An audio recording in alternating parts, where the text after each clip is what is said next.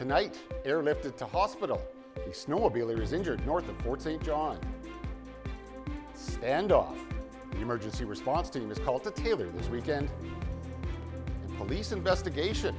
The director of the Dawson Creek Native Housing Society steps aside.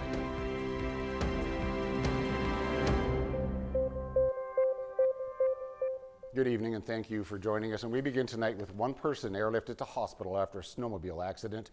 It happened Friday afternoon north of Fort St. John.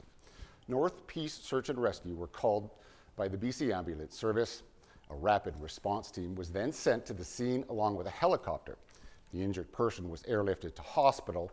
Now, so far, there's no confirmation on the extent of that person's injuries or what may have caused the accident in the first place. A large police presence on 102nd Street in Taylor this weekend. Just after 7 o'clock Saturday, police were called to a residence. Mounties say the person inside the home was in emotional distress and acting violently. A number of attempts were made to have that person surrender to no avail. The emergency response team from Prince George was then called in. Then just after 12:30 Sunday morning, the individual was taken into police custody. So far, no charges have been laid as the Fort St. John RCMP continue their investigation. And police have opened an investigation looking into money allegedly stolen from the Dawson Creek Native Housing Society. The society provides housing for Indigenous families and seniors. An independent audit conducted back in 2023 shows nearly $141,000 that year alone went missing. The total amount missing is thought to be around $340,000. Sources tell CJDC-TV News the former executive director, Tammy Cook, admitted to the theft, then resigned this past February. It's been alleged that renters paid money directly to Cook. When it showed they owed money to the society, the tenants were all given eviction notices. The society has since rescinded those notices. The sources also say the state of some of the houses are in deplorable condition. A new board of directors is now in place, and the society says they are cooperating with the police investigation. Their first order of business is to repair the most damaged units as soon as possible. The BC Legislature back in session today after a 2-week break, and drivers are being urged to hold off on filling up your gas tanks for now. That's because the provincial government is expected to table legislation that will eliminate consumer carbon tax at midnight tonight. $1.59.9 in Dawson Creek, but as of midnight, motorists will see about a 17-cent per liter drop, and that works out to around $14 to $19 in savings on a full tank of gas. The province also says it's taking steps to stop price gouging. Premier David Eby promised earlier this month his government would pause the tax. The move came after Prime Minister Mark Carney made the same announcement about the federal tax.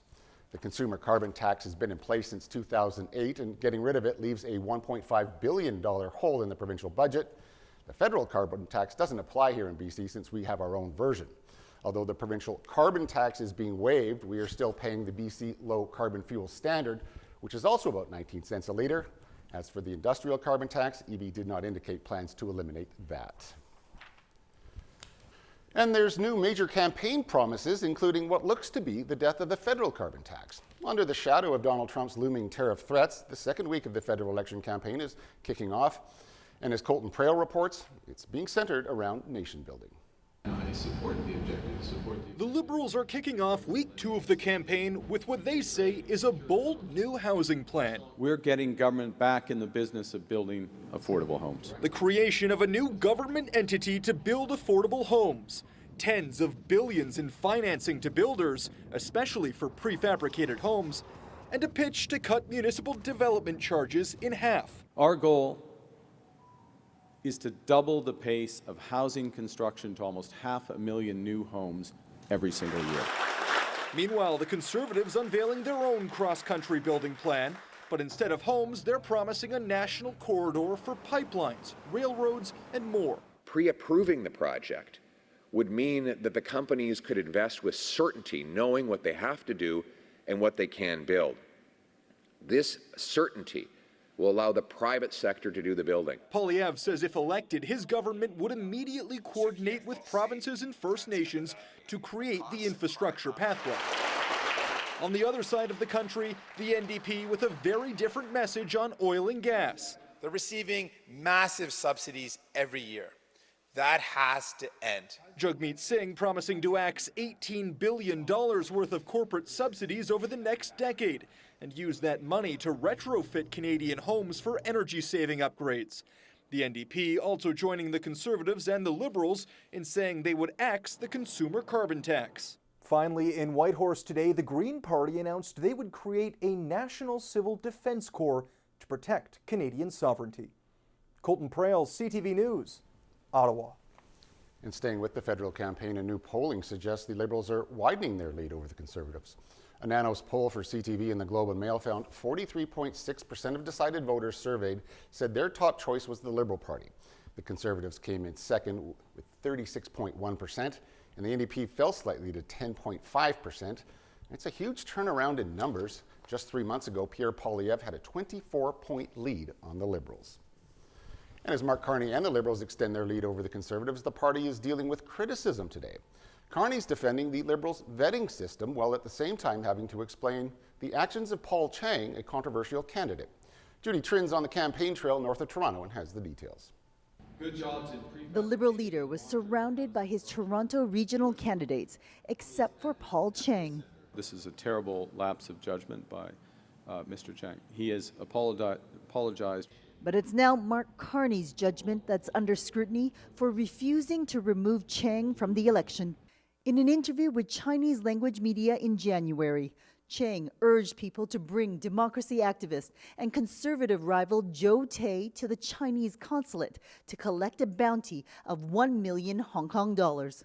Mr. Chang is a veteran policeman with more than a quarter century of service to his community, 28 years of defending rights in this community, and he will continue with his candidacy going forward.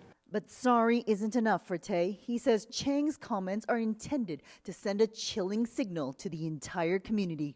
I spoke to him. He's very, very rattled. These comments by this Liberal candidate may well rise to the level of criminal because they called for someone to be turned over to a hostile foreign government on a bounty. 40 democratic rights groups from around the world have now condemned Chang's remarks, demanding Carney remove him as a candidate. Hong Kong Watch is also calling on the RCMP to investigate if there's foreign interference in this case. I think the government of Canada has not seized the opportunity to use these cases as examples to prosecute them to the fullest extent of the law. Chang made his comments in January, but they only surfaced a few days ago, which security analysts say casts doubt on the effectiveness of the Liberal screening process. You can say you have a vetting process, but saying it doesn't mean you have a good one. What goes behind that? What goes into that? How rigorous is it? Tell us what you actually do when you're vetting a candidate. So far, the Liberals have chosen about 300 candidates to run in a total of 343 federal ridings. The deadline to declare is just a week away, adding more pressure on the vetting process. Judy Trin, CTV News, Vaughan. To business news now, where the future of Canada's oldest retailer hangs in the balance again after a judge rejected the latest restructuring plan from Hudson's Bay. CTV's Sean Leathong has more on the legal fight intended to save only a handful of stores. Nearly a week into the liquidation of most Hudson's Bay stores, empty shelves, a buzz of activity, and shoppers saying there isn't much to get. It's unfortunate. I mean, growing up, back to school shopping, it's the place to be. But hopefully they can come through and they can keep the remaining 6 stores open. The prices are not great to start with, and so 15% is nothing. The cosmetics and fragrances, they cleared them out. They're not even on sale, and then clothing was not like 15% off. This as a judge rejected the company's latest restructuring proposal that would have seen their largest lenders have increased power. Justice Peter Osborne releasing his decision saying the agreement was neither necessary nor important at this time. There are still a couple of unknowns as it relates to the duration of the 6 stores, of how long they can remain open. Hudson's Bay began liquidating all but 6 of their 80 locations, as well as their 13 Saks off 5th and 3 Saks Fifth Avenue stores. If you're a landlord, you're probably a little happier today. If you're the lawyer representing the employees, you might be a little happier. Not because your employees are getting severance, but it may prolong the time and increase the probability of someone buying some or all of the Bay and keeping it to be a going concern. Under an agreement reached just over a week ago, Hudson's Bay was able to avoid liquidating 6 of their locations while trying to find a buyer. But retail expert Bruce Winder says it doesn't seem likely that Canada's oldest company will continue in its current form, but someone may purchase the brand. Whether it's a manufacturer selling a tight product line to retailers, whether it's a retailer who buys it, like a Canadian Tire or a Simons, or someone who buys the brand and creates a product line within their stores. Inside the stores, bargain hunters have helped contribute an influx of cash, and with the rejection of this deal, there is concern that the Bay could enter receivership, where a third party will take over and sell off the assets. Things are getting sold out, and it's sad to see Hudson Bay go after all of these many years. It's a terrible thing, but it's a sign of the Canadian economy. Well, I think it's sad for the employees, because are they going to get anything? Are they even going to get their last pay? In Ontario, it's all hands on deck as hydro crews work as quickly as possible to restore power to hundreds of thousands of people plunged into the darkness by brutal weekend ice storms. So we anticipate, given the scale and impact of this storm, that it will take several days to get every last customer restored. Nearly 400,000 homes and businesses are still in the dark. A number of communities have declared states of emergencies. Some communities have also opened up relief centers so residents affected by extended power outages have a warm place to go. Environment Canada says the ice-packed system is moving east.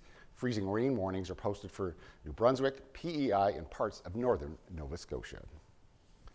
Well, there may be a shift going on between President Donald Trump and Russia's leader, Vladimir Putin. Trump has long seemed to admire Putin, but over the weekend, the U.S. president got angry with Russia over its failure to agree to a ceasefire to stop its war with Ukraine. New frustrations more directed at Russia than we've seen before.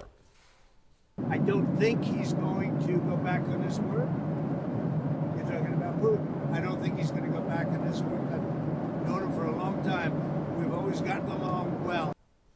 Trump speaking on Air Force One after saying in an earlier interview that he was, quote, pissed off at President Putin.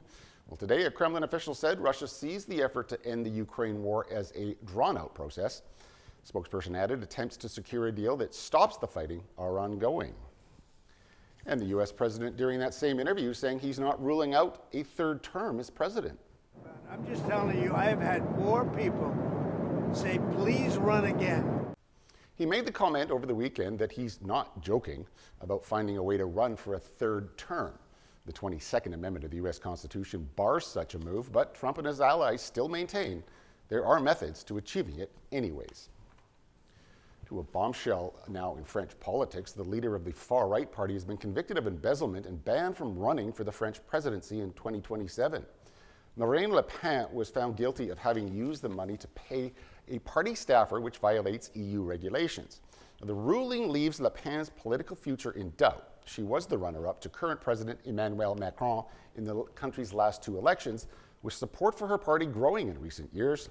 Her lawyers say she'll appeal the conviction. Well, back here in Canada, the Juno Awards took place in Vancouver last night. The show was hosted by Michael Bublé, and Canadian pride took center stage. We're one of a kind. We are beautiful. We are the greatest nation on earth.